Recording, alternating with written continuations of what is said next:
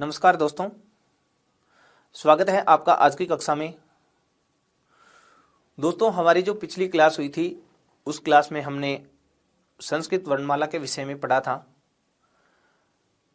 अपना जो पहला टॉपिक है माहेश्वर सूत्र, फिर उसके बाद में स्वर व्यंजन वर्णों के उच्चारण स्थान प्रयत्न आदि जो भी टॉपिक है, तो उन टॉपिकों से संबंधित मतलब माहेश्वर सूत्र का टॉपिक, फिर उसके बाद में वर्णमाला का जो टॉपिक है, इन दोनों टॉपिकों से आरटेट या रीट नामक जो भी एग्जाम लगे हैं, जैसे आरटेट 2011, आरटेट 2012, रीट 2015, रीट 2017 और रीट 2021, ये जो एग्जाम लगी हैं, इन एग्जाम्स में इन टॉपिकों से कौन कौन से प्रश्न पूछे गए हैं उनकी चर्चा आज की इस क्लास में करेंगे। मतलब वर्णमाला का जो टॉपिक है, माहेश्वर सूत्र का जो टॉपिक है, उनमें से किस तरीके से आपसे प्रश्न पूछे जाते हैं और यहाँ तक कि जो पूछे गए प्रश्न हैं उनकी चर्चा जो है हम इस क्लास में करने वाले हैं। तो चलिए बढ़ते हैं अपने प्रश्नों की ओर। प्रश्न है आपका, माहेश्वर सूत्राणि सन्ति। ये जो अभी रीट 2021 में लेवल फर्स्ट का जो पेपर था, 2021 की बात है, जो भी लेटेस्ट एग्जाम लगी थी, उसमें लेवल फर्स्ट का जो पेपर था उसमें प्रश्न आया था माहेश्वर सूत्राणि सन्ति। माहेश्वर सूत्र हैं कि माहेश्वर सूत्र कितने हैं? पंचदश, चतुर्दश, सप्तदश, द्वादश। पंचदश 15, चतुर्दश 14, सप्तदश 17 और द्वादश 12। कितने हैं? तो देखिए, माहेश्वर सूत्रों की संख्या की हमने बात की तो माहेश्वर सूत्र कितने हैं? 14 हैं। सरल सा प्रश्न आया था। अगला प्रश्न है, माहेश्वर सूत्रेषु यण प्रत्याहार से उचित क्रम है। ये भी रीट लेवल फर्स्ट में 2021 में आया हुआ प्रश्न है कि माहेश्वर सूत्रेषु, माहेश्वर सूत्रों में यण प्रत्याहार से उचित क्रम है अस्ति। यण प्रत्याहार का उचित क्रम है। और यण प्रत्याहार में अपन ने ये पढ़ा था, ये, व, र और ल, ये जो वर्ण है वो यण प्रत्याहार में आते हैं। तो ये आपका क्रम होगा। हयवरट से लन तक जो सूत्र था उसमें अपने यण प्रत्याहार बनाया था, तो क्रम क्या है? य व र ल। अब ये जो ऑप्शन है य व र ल, वो कौन से में है? य व र ल आपका आंसर हो गया यहाँ पर 1 नंबर। ठीक है। इसके बाद अगला प्रश्न, माहेश्वर सूत्रेषु जश वर्णः क्रमशः सन्ति। ये रीट लेवल 2021 में आया था। माहेश्वर सूत्रेषु, माहेश्वर सूत्रों में जस वर्णः क्रमशः सन्ति, जस वर्ण क्रम से हैं।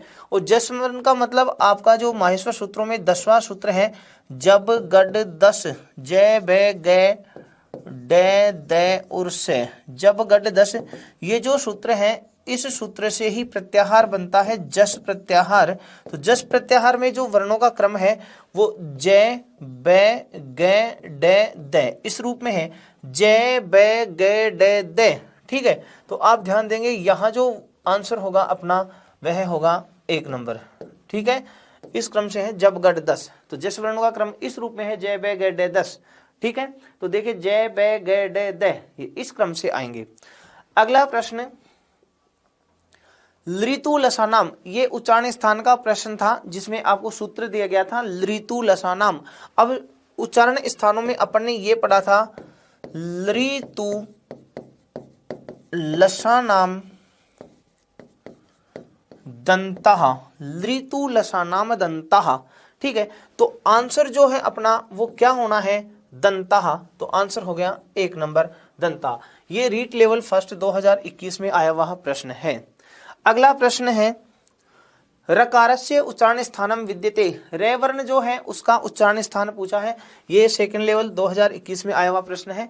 रकारस्य, तो रकारस्य के लिए आपने ये पढ़ा है ऋतु रसाणाम मूर्धा। ऋतु रसाणाम मूर्धा मतलब री और री का दीर्घ भी आ जाएगा इसमें, फिर उसके बाद में रे से, और यहाँ एक बीच में टे वर्ग भी है। टे वर्ग मतलब टे, ठे, डे, ढे और ने। ठीक है ना। तो री, री, टे वर्ग, रे और से, इन सब का स्थान कौन सा है? मूर्धा स्थान है। इन सब का स्थान कौन सा है? मूर्धा। अब यहाँ पूछा रकारस्य स्थानम अस्ति, रे वर्ण का स्थान है, तो आपका आंसर हो जाएगा मूर्धा। क्लियर। अगला प्रश्न, चतुर्दश माहेश्वर सूत्रेषु स्वर वर्णानाम संख्या अस्ति। 2021 का प्रश्न है ये। चतुर्दश माहेश्वर सूत्रेषु स्वर वर्णानाम संख्या अस्ति। स्वर वर्णों की संख्या कितनी है माहेश्वर सूत्रों के अनुसार। देखिए अपन ने जो क्लास में जो ऑफलाइन क्लासेस पढ़ी थी उनमें भी और जो ऑनलाइन कोर्स किया था उसमें भी मैंने कहा था माहेश्वर सूत्रों के अनुसार वर्णों की यदि संख्या पूछी जाती है तो वो 42 होती है, जिसमें 9 तो अच होते हैं, स्वर होते हैं और 33 हल वर्ण होते हैं। और वो का रेफरेंस सीधी लाइन उठा करके पूछा गया है कि माहेश्वर सूत्रेषु स्वर वर्णानाम संख्या, स्वर वर्णों की संख्या। तो देखिए माहेश्वर सूत्रों में ए ई उण फिर री लृक री ली क री लृक फिर ऐसे पढ़ा ए ओंग ए ओंग और फिर पढ़ा था लास्ट में आई औ और चे आई औ चे ये पढ़ा। अब ऐसे लेकर के चे तक के जो वर्ण हैं वो कहलाए अच और अच का मतलब क्या है स्वर। अब यहाँ पर जो अंत्य वर्ण है ना, जो इत्संज्ञक वर्ण है, इस इत्संज्ञक वर्ण का तो हमें लोप कर देना है। अपने वर्ण का टॉपिक पढ़ा था उसमें कि अंत्य इत्संज्ञक वर्ण है उसका तो लोप होगा। अब यदि लोप करेंगे तो 3 तो ये हो गए, 2 ये हो गए, 3 + 2 + 2 ये हो गए प्लस 2 ये हैं। बताओ टोटल कितने हो गए 9। तो माहेश्वर सूत्रों के अनुसार स्वरों की संख्या कितनी है 9। आपका आंसर हो जाएगा 9। ठीक है। उसके बाद अगला माहेश्वर सूत्रेषु षल वर्णानाम क्रमः। ये भी देखिए 2021 में आया हुआ प्रश्न है। षल वर्णों का क्रम पूछा है। षल वर्णों का क्रम, षल वर्णों में आपने ये कहा था स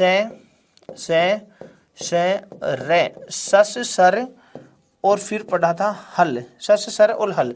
तो सल का मतलब से को ले से मिला दो तो प्रत्याहार बन गया कौन सा सल प्रत्याहार। अब सल प्रत्याहार का क्रम क्या रहा से और है और साथ में ये लास्ट वाला अंत्य इत्संज्ञक वर्ण ले भी जोड़ दिया तो इस क्रम से आएंगे से है। अब ये क्रम कौन से में है, से के बाद में ये से तो ये भी नहीं है, से के बाद में से फिर बीच में आ गया तो ये भी नहीं है, ये भी नहीं है। तो आंसर हो गया से है ले। आंसर हो गया अपना 4 नंबर।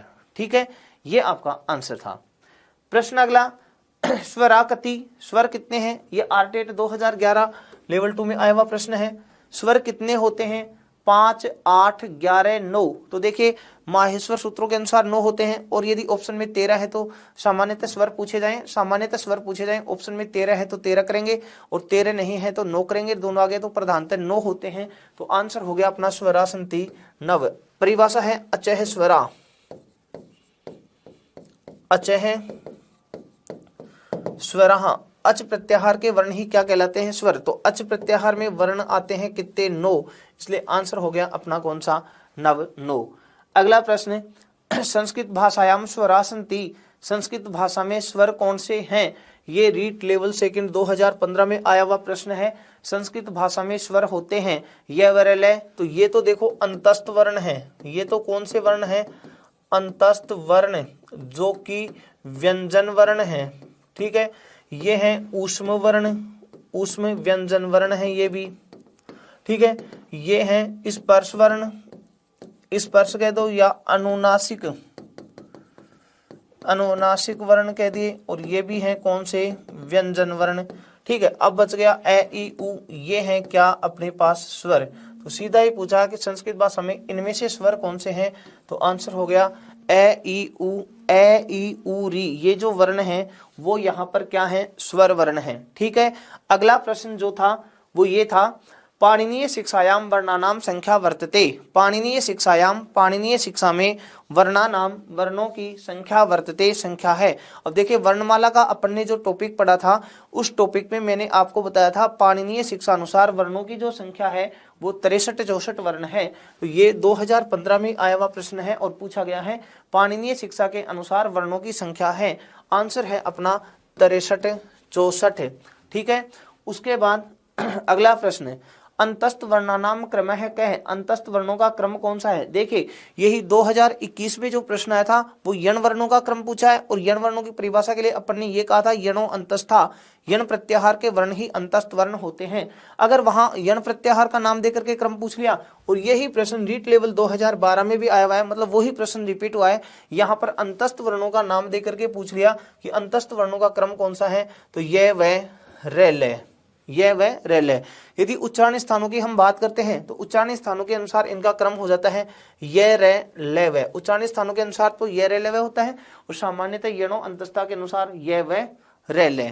ठीक है, उसके बाद आगे ऊष्म वर्ण है वर्तते, ऊष्म वर्ण कौन सा है, ये आरटेट में 2011 का लेवल फर्स्ट का जो पेपर था उसमें पूछा गया प्रश्न था।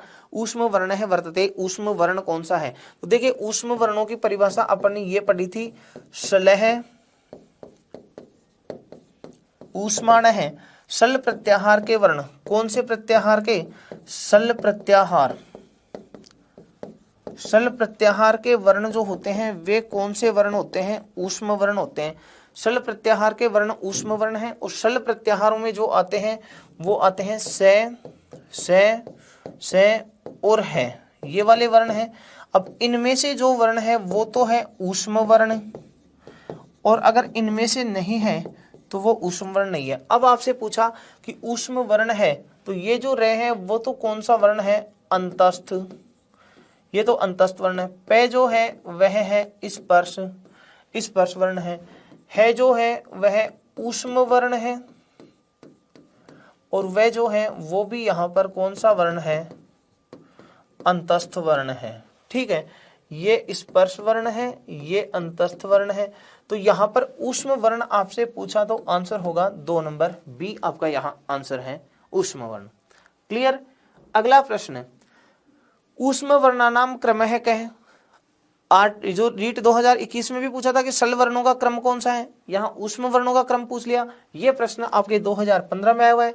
तो देखिए इन प्रश्नों से शायद आपको इतना तो पता चल गया होगा कि ये जो प्रश्न है वो बार बार रिपीट हो रहे हैं, इसलिए पुराने जो पेपर्स लगे हैं उनका भी हम अध्ययन करते हैं, तो कई प्रश्न ऐसे हैं जो बार बार रिपीट हुए हैं। अब यहाँ देखो ऊष्म वर्णों का क्रम, वो सल वर्णों का क्रम, अंतस्थ वर्णों का क्रम, प्रश्न रिपीट हो रहे हैं। यहाँ पूछा ऊष्म वर्णों का क्रम कौन सा है, तो अभी अपन ने कहा सल ऊष्माण है, सल प्रत्याहार के वर्ण है वे ऊष्म वर्ण है, तो उनका क्रम क्या होगा, से है, यही आपका आंसर हो जाएगा।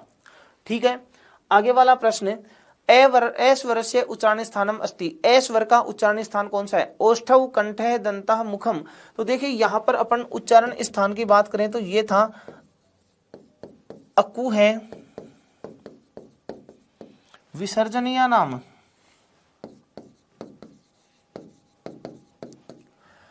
अकु है विसर्जनीय नाम, कंठ है, अकु है विसर्जनीय नाम कंठ है। ये 2011 रीट लेवल 2 में आया हुआ प्रश्न है आर्ट 8 में। अकु है विसर्जनीय नाम कंठ है, यहाँ पर क्या दे रखा है ए, और ए का सेवर्ण कौन, आ, फिर उसके बाद दे रखा है कै वर्ग, कै वर्ग के 5 वर्ण होंगे, कै, ख, ग, घ और ङ। ठीक है, ये हो गया। फिर उसके बाद में दे रखा है और लास्ट में नाम दिया है कौन सा, विसर्ग। इन सब का स्थान कौन सा है, कंठ, इन सब का कंठ स्थान है। ठीक है, अब यहाँ पर पूछा ऐश्वर से उच्चारण स्थानम, ऐश्वर का उच्चारण स्थान क्या है, तो आपका आंसर है कंठ है, आंसर हो जाएगा कंठ है। ठीक है, उसके बाद आगे वाला प्रश्न है वर्ण से उच्चारण स्थानम, अभी अपन ने ढूंढा है अकु है विसर्जनीय नाम कंठ है, तो है का भी उच्चारण स्थान क्या हो जाएगा, कंठ हो जाएगा। उसके बाद अगला चय वर्ण से उच्चारण स्थानम भवति, चय वर्ग से, चय वर्ग का, देखिए यहाँ पर है का जो उच्चारण स्थान पूछा है वो भी 2011 आर्ट 8 में पूछा गया। यहाँ पर चय वर्ग की बात करें तो ये रीट आर्ट 8 लेवल 2 का 2011 का पेपर, उसमें प्रश्न पूछा गया, यहाँ चय वर्ग का उच्चारण स्थान पूछा है। और चय वर्ग के लिए अपन ने ये पढ़ा है ई चू यशानाम तालु, ई चू यशानाम तालु, ई और ई चय वर्ग, चय वर्ग के 5 वर्ण चय, छ, जे, झ और ये वर्ण हो गए। उसके बाद में दे रखा है ये और उसके बाद में दिया है कौन सा से। इन सब का स्थान क्या है? तालु है। अतः ये वर्ण तालव्य वर्ण भी कहे जाते हैं। अब आपसे पूछा चय वर्ग का, तो चय वर्ग का स्थान क्या है? तालु। उसके बाद आगे ये वर्ण से अभी अपन ने पढ़ा था इचु यसा नाम तालु, तो ये का उच्चारण स्थान भी क्या है? तालु है। ये देखिए आरटेट 2011 में और रीट 2015 में ये प्रश्न 2 बार रिपीट हुआ है। ये वर्ण का उच्चारण स्थान पूछा है, यकारस्य उच्चारण स्थान नाम आ जाए, चाहे ये वर्णस्य आ जाए। आंसर है आपका तालु। तो देखिए ये प्रश्न 2 बार रिपीट हो चुका है।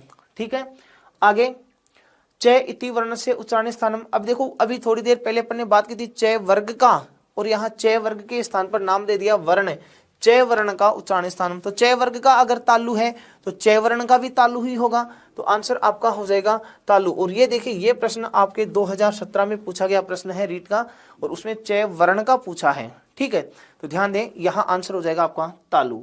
अगला प्रश्न था ऋतु रसाणाम, आगे खालिस्तान में क्या होगा?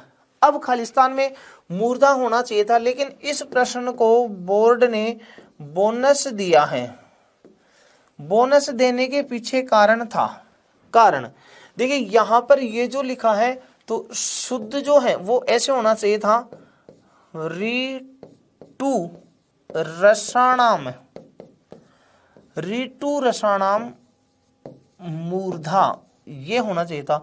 तो यहां पर जो तू दे रखा है, तू के स्थान पर क्या होना चाहिए था? टू। अगर टू होता तब तो आंसर मूर्धा हो जाता, लेकिन सूत्र में आपको यहां तू के स्थान पर तू दे दिया, ये ध्यान दें, इसलिए इस प्रश्न को बोनस दिया गया था। आप ध्यान दें अगर तू की जगह टू होता तो फिर आंसर क्या हो जाता? मूर्धा हो जाता। ठीक है, यहां पर आप ऐसे कहेंगे री दीर्घ री, उसके बाद में रे सॉरी टेवर्ग, टेवर्ग, टेवर्ग के 5 वर्ण टे ठे डे ढे और न, उसके बाद में रे और से, इन सब का स्थान कौन सा है? मूर्धा। और मूर्धा स्थान होने के कारण ये मूर्धन्य वर्ण कहलाते हैं या मूर्ध स्थानीय वर्ण कहलाते हैं। ठीक है भाई, अब देखो यहां पर अगला प्रश्न, ये 2015 में प्रश्न आया था, लेकिन इसको बोनस इसलिए दिया गया था क्योंकि यहाँ पर टू की जगह तू का जो लेखनी थी अशुद्ध वर्तनी होने के कारण फिर इसको बोनस दिया। अगर तू की जगह टू होता तो फिर आपका आंसर मूर्धा हो जाता। क्लियर? उसके बाद अगला री वर्ण से उच्चारण स्थानम, देखिए 2011 का प्रश्न है रीट, और फिर उसके बाद में 2012 का भी है। 11-12 में प्रश्न 2 बार रिपीट हुआ है, री वर्ण का उच्चारण स्थान पूछा है, ये 2 बार रिपीट हुआ प्रश्न है। तो ऋतु रसाणाम मूर्धा से अपन ने यही कहा था री वर्ण का जो उच्चारण स्थान है वो क्या होगा? मूर्धा होगा। अगला प्रश्न चलो, मूर्धा स्थानम, मूर्धा उच्चारण स्थानम कथ्यते, ये मूर्धा जो उच्चारण स्थान है वह कहा जाता है। अभी अपन ने जो प्रश्न पढ़ा था उसमें सूत्र पढ़ा था, उसमें देखा था ये 2011 का ही प्रश्न है। मूर्धा उच्चारण स्थान किसका है? तो आपने कहा ऋतु रसाणाम मूर्धा। अगर ले वर्ण की हम बात करें तो यहाँ तो हो जाएगा दंता, यदि ये की बात करें तो हो जाएगा क्या? तालु।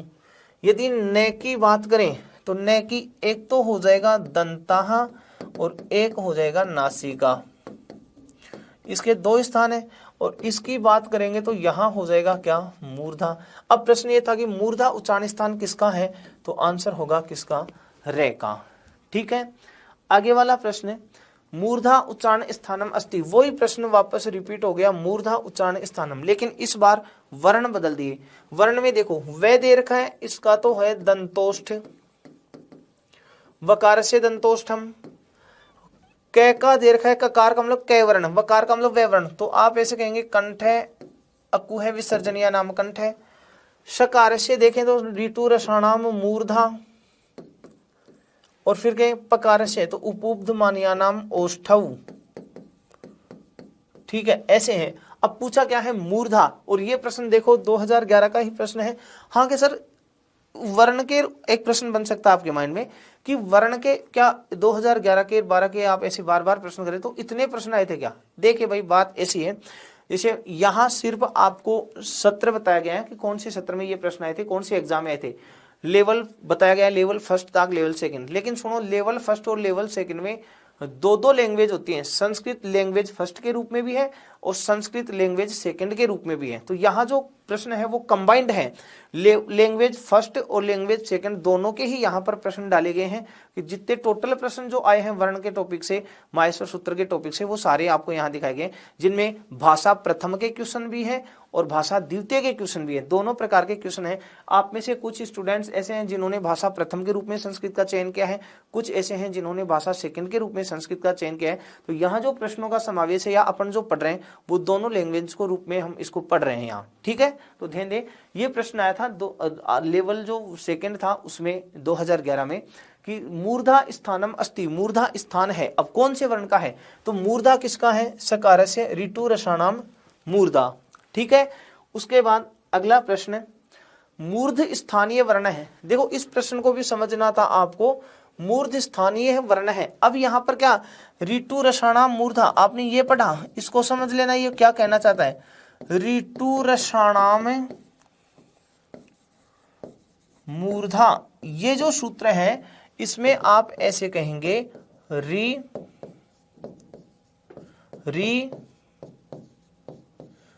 टे वर्ग टे ठे डे ढे और न, फिर उसके बाद में है रे और फिर उसके बाद में है से, स्थान हो गया कौन सा, मूर्धा। अब मूर्धा स्थान जिन वर्णों का होता है वे वर्ण कहलाते हैं मूर्धन्य, मूर्धन्य वर्ण या मूर्ध स्थानीय वर्ण, मूर्ध स्थानीय वर्ण जिनका स्थान मूर्धा होगा वे मूर्ध स्थानीय वर्ण। अब देखिए यहाँ पर मूर्ध स्थानीय वर्ण कह दो चाहे मूर्धन्य वर्ण कह दो, वो ये वाले वर्ण हैं, इन वर्णों को मूर्ध स्थानीय वर्ण या मूर्धन्य वर्ण कहा जाता है। अब ध्यान दीजिए यहाँ पर, अगर आपसे ये पूछा गया है 2017 में प्रश्न लेवल फर्स्ट में कि मूर्ध स्थानीय वर्ण है, तो जिनका उच्चारण स्थान मूर्धा है वे मूर्ध स्थानीय वर्ण है। अब देखो मूर्धा किसका है, ये री वर्ण, ए वर्ण, पे वर्ण और शे वर्ण। तो शे वर्ण तो हो गए कौन सा, दंत स्थानीय वर्ण है, ये है ओष्ठ स्थानीय, ये ओष स्थानीय वर्ण है, ठीक है। आप इसके के ये मूर्ध स्थानीय, ये मूर्ध स्थानीय वर्ण है, और आप इसके के ये कंठ स्थानीय, ये कंठ स्थानीय वर्ण है, या ये मूर्धन्य, ये कंठे, ये दंते और ये ओष्ठे ऐसे हैं। तो मूर्ध स्थानीय वर्ण कौन सा, हाँ अपना ऋतु रसाणाम दंतः, ये आपका आंसर था। अगला प्रश्न जो था वो है लृ वर्ण से उच्चारण स्थानम भवति, ये 2011 में आया हुआ प्रश्न है, लृ वर्ण से उच्चारण स्थानम, और इसका सूत्र आपने पढ़ा था लृतु लसानाम दंतः, लृतु लसानाम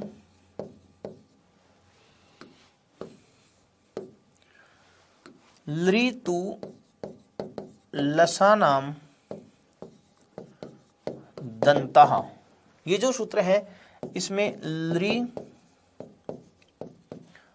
ते वर्ग में कौन से हैं, ते थे दे धे और न, और फिर उसके बाद में है ले और उसके बाद में है से, स्थान हो गए क्या, दंतः दंत। अब आपसे पूछा था लृ वर्ण, तो लृ वर्ण का उच्चारण स्थान क्या होगा, दंतः, लृतु लसानाम दंतः, ठीक है। आगे वाला प्रश्न, तय वर्ग से उच्चारण स्थानम भवति, ये 2011 में आया हुआ प्रश्न है। तय वर्ग से उच्चारण स्थानम, अभी पढ़ा था लृतु लसानाम दंता, लृ और तय वर्ग का उच्चारण स्थान, ले और से का उच्चारण स्थान क्या है, दंत है, तो आंसर हो जाएगा दंतः, लृतु लसानाम दंतः। अगला प्रश्न है थे व्यंजन वर्ण से उच्चारण स्थानम भवति, देखिए 2011 में प्रश्न ऐसे ही रिपीट हो रहे हैं, अभी तय वर्ग का पूछा और अब थे व्यंजन का पूछ लिया, तो थे तय वर्ग का ही वर्ण है, तो भी आपका आंसर क्या हो जाएगा, लृतु लसानाम दंतः। उसके बाद आगे ले वर्ण से उच्चारण स्थानम, अब देखिए ले, अभी लृ का पूछा था, अब ले का पूछ लिया ये 2012 में, तो लृतु लसानाम दंता से ले का उच्चारण स्थान भी क्या हो जाएगा, दंतः, दंत होगा, ठीक है। उसके बाद अगला प्रश्न आपका उ वर्णस्य उच्चारण स्थानम भवति, उ वर्ण का उच्चारण स्थान। ये प्रश्न आपसे 2011 में पूछा गया प्रश्न है। उ वर्ण का उच्चारण स्थान पूछा है ऊ स्वर का। तो इसके लिए सूत्र ये पढ़ा था, उपुपधमानीयानाम, उपुपधमानीयानाम ओष्ठौ, उपुपधमानीयानाम ओष्ठौ। यहां ध्यान दें, एक वर्ण तो है ऊ, और ऊ का ही सवर्ण दीर्घ ऊ, फिर उसके बाद में है पे वर्ग। पे वर्ग में वर्ण आ जाएंगे पे, फे, बै, भै और मैं, और फिर उसके बाद में दे रखा है उपधमानीय। उपधमानीय कौन से हैं? अर्ध विसर्ग युक्त पे, अर्ध विसर्ग युक्त फ, ये उपधमानीय। इन सब के उच्चारण स्थान जो हैं वे हैं कौन? ओष्ठौ, ओष्ठ हैं, इसलिए ये वर्ण ओष्ठ्य वर्ण भी कहे जाते हैं। अब आपसे पूछा है कि ऊ स्वर का उच्चारण स्थान क्या है, तो देखिए क्या है भाई? ओष्ठौ। उच्चारण स्थान क्या है? ओष्ठौ। तो आंसर हो जाएगा आपका ओष्ठौ। ठीक है, इस तरीके से। अगला प्रश्न, यहाँ पे वर्णस्य उच्चारण स्थानम, देखिए 2017 का प्रश्न है ये। पे वर्ण का उच्चारण स्थान पूछा है। अब आपने उपधमानीयानाम ओष्ठौ से पढ़ा है कि पे वर्ग जो है, संपूर्ण पे वर्ग का उच्चारण स्थान ओष्ठ है, तो आंसर हो जाएगा कौन सा? ओष्ठौ। कितने इजी प्रश्न है, आसानी से आप ढूंढ सकते हैं। अगला जो प्रश्न है वह है यम गणने व्यंजनानाम उच्चारण स्थानम किम। ये 2015 में आया हुआ प्रश्न है। यम गणने, प्रत्येक वर्ग का कौन सा वर्ण है? ये यम गणने, ये प्रत्येक वर्ग का पंचम वर्ण है। और इन व्यंजन वर्णों का आपसे उच्चारण स्थान पूछा है नासिका, मुखम, जिह्वा मूलम, जिह्वा मूलम और कंठोष्टम। देखिए एक बात बता दूं आपको, ये जो प्रश्न है इसको भी बोर्ड ने बोनस माना है। इस प्रश्न को भी बोर्ड ने बोनस माना है। बोनस क्यों माना है? वैसे तो अभी आपने कहा कि इसका जो उच्चारण स्थान है वो क्या होना चाहिए था? नासिका। यम गणना नाम नासिका चे सूत्र पढ़ा है पढ़ने। ये मैं गणना नाम, यम गणना नाम नासिका, ये पढ़ा था यम गणना नाम नासिका चे। इसका मतलब ये मैं गणने, ये प्रत्येक वर्ग का पंचम वर्ण है। ये मैं गण और ने, और इनका स्थान क्या है भाई? नासिका। इस आधार पर तो आंसर क्या होना चाहिए था? नासिका। लेकिन एक परिभाषा और भी है, मुख, नासिका, वचनों, अनुनासिक हैं। ये देखो, इसमें मुख और नासिका दोनों दे रखे हैं। मुख और नासिका दोनों की सहायता से बोले जाने वाला वर्ण अनुनासिक वर्ण होता है। तो ये जो है ये मैं ने, ये अनुनासिक वर्ण है, अनुनासिक वर्ण। इसलिए इस सूत्र से तो इनका स्थान हो गया क्या? नासिका। और इस सूत्र से इनका स्थान मुख और नासिका दोनों ही आ गए। अब ऑप्शन में नासिका भी दे रखा है, ऑप्शन में मुख भी दे रखा है। इसका मतलब आंसर यहाँ ये भी सही है और ये भी सही है, दोनों ही सही था। इसलिए इस प्रश्न को क्या माना गया था? बोनस माना गया था। वरना अगर मुख ऑप्शन में नहीं होता तो फिर आपका आंसर क्या हो जाता? नासिका होता। ठीक है, ये इस रूप में इस प्रश्न को माना गया है। क्लियर? आगे चलते हैं। ए वर्णस्य उच्चारण स्थानम भवति, 2011 का प्रश्न है। ए वर्णस्य उच्चारण स्थानम, ए वर्ण का उच्चारण स्थान। तो देखिए आपने ए वर्ण में ये पढ़ा था, एदैतो हो कंठ तालु, ये सूत्र था। एदैतो हो कंठ तालु, इसमें अपन ने ये पढ़ा था ए ऐ दोनों वर्णों का उच्चारण स्थान क्या है? कंठ तालु, कंठ तालु है। अतः इन वर्णों को कंठ तालव्य वर्ण, इन वर्णों को कंठ तालव्य वर्ण कहा जाता है। अब आपसे पूछा कि ए स्वर का उच्चारण स्थान, तो कंठोष्ठ जो है वो तो है ओ और औ का, कंठ तालु है ए ऐ, दंतोष्ठम है व और नासिका है एक तो अनुस्वार का, एक हो गया ये मैं न और न का, ये इसमें आते हैं। ठीक है, अब आपसे पूछा था ए, तो ए देखो यहां आ रहा है, आंसर हो जाएगा कंठ तालु। ठीक है, उसके बाद आगे ओ स्वर से उच्चारण स्थानम विद्यते 2011 का प्रश्न, ओ स्वर का, तो इसके लिए आपने ये पढ़ा था ओ दौतो हो, ओ दौतो हो कंठोष्ठम। यहां आपके वर्ण दे रखे हैं दो, एक तो ओ और दूसरा है औ।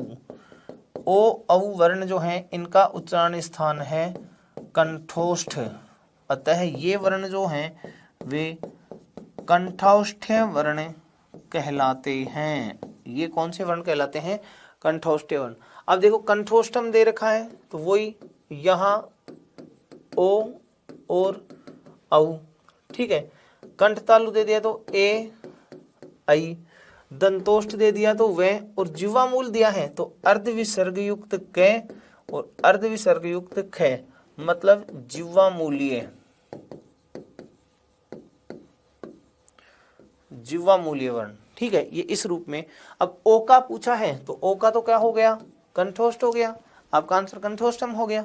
ठीक है, आगे वाला वकारस्य उच्चारण स्थानम। अब इस प्रश्न को ध्यान देना, ये 3 बार पूछा जा चुका प्रश्न है, 3 बार रिपीट हुआ है ये प्रश्न, 2011 में, 2012 में और 2017 में। आरटेट 2011 और आरटेट 2012 दोनों में रिपीट हुआ है, और रीट के नाम से 2017 की जो एग्जाम लगी थी उसमें भी यही प्रश्न आया था। और वकारस्य का मतलब है व वर्ण का उच्चारण स्थान। तो आपने सूत्र ये पढ़ा था, वकारस्य उच्चारण स्थानम, वकारस्य उच्चारण स्थानम, वकारस्य उच्चारण स्थानम। तो आपने कहा वकारस्य दंतोष्ठम, ये जो सूत्र पढ़ा था वकारस्य दंतोष्ठम। अब देखो उच्चारण स्थान क्या माना है? दंतोष्ठ। वह जो वर्ण है उसका उच्चारण स्थान हो गया दंतोष्ठम, दंतोष्ठ। ठीक है, अब यहां पर पूछा है दंतोष्ठ है तो आंसर हो गया अपना दंतोष्ठ। ठीक है, उसके बाद अगला प्रश्न, आभ्यंतर प्रयत्न संति, आभ्यंतर प्रयत्न कितने होते हैं? देखिए इसके लिए आपने ये पढ़ा था यत्नो द्विधा, यत्नो द्विधा। यत्न 2 प्रकार के, यत्न 2 प्रकार के होते हैं। नंबर 1 आभ्यंतर प्रयत्न, जिनकी संख्या है कितनी? 5 पंच। ठीक है, और दूसरे हैं बाह्य प्रयत्न, बाह्य प्रयत्न, इनकी संख्या है 11 11। ठीक है, यहां तो है आभ्यंतर प्रयत्नों की संख्या है 5,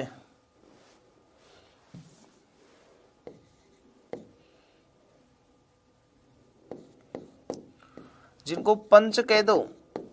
ठीक है, और ये है 11 11। अब प्रश्न था आभ्यंतर प्रयत्न संति, आभ्यंतर प्रयत्न है, ये 2015 में आया हुआ प्रश्न है, सेकंड लेवल में आभ्यंतर प्रयत्नों की संख्या पूछी गई है। देखिए आपके सिलेबस में तो स्वर व्यंजन उच्चारण स्थानानी ऐसे टॉपिक दे रखा है, स्वर व्यंजन वर्ण और उनके उच्चारण स्थान। फिर प्रश्न प्रयत्न का क्यों पूछ लिया गया? तो प्रयत्न के आधार पर भी तो वर्णों का वर्गीकरण है।